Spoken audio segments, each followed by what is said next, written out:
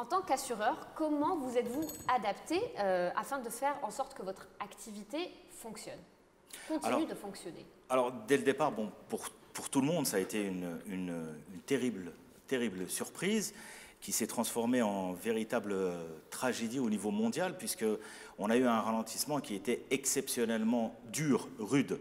Et donc, on a dû effectivement faire preuve d'adaptabilité. Et donc, nous avons mis en place plusieurs procédures, plusieurs process qui nous permettaient de miser sur la continuité de l'activité. Donc, on a mis le télétravail. Bon, nous, à notre niveau, au niveau de Mass Service, ça a été quelque chose qui était naturel puisqu'on était en train de se préparer à ça depuis de nombreuses années. Parce que nous voulions avoir un statut de télétravailleur et permettre à nos collaborateurs de pouvoir, même de chez eux, pour plus de productivité, d'efficacité, de pouvoir travailler à domicile. Donc, on avait préparé nos infrastructures.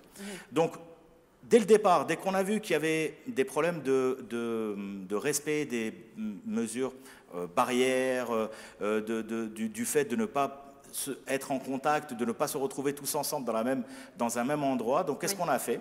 On a démocratisé, vulgarisé cette fonction-là.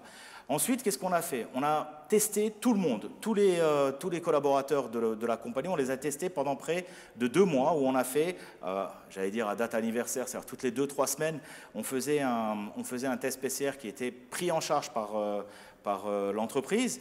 Et puis, bon, évidemment, on s'est équipé en tout ce qui est moyens d'hygiène, tout ce qui est liquide de désinfection, etc.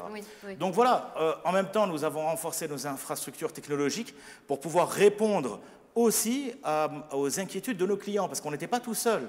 Il fallait absolument rassurer nos clients, donc on a ouvert une hotline, on est allé sur les réseaux sociaux, on a ouvert tous les ports qui étaient nécessaires pour pouvoir communiquer avec nos clients, qui eux étaient bloqués par exemple à l'étranger et qui ne savaient pas ce qu'il fallait faire. Donc on a innové, on les a autorisés à rentrer sur le site web pour pouvoir déplacer leur date de retour, etc. Donc c'était une véritable panique, mais qui s'est, au fur et à mesure, qui s'est résorbé.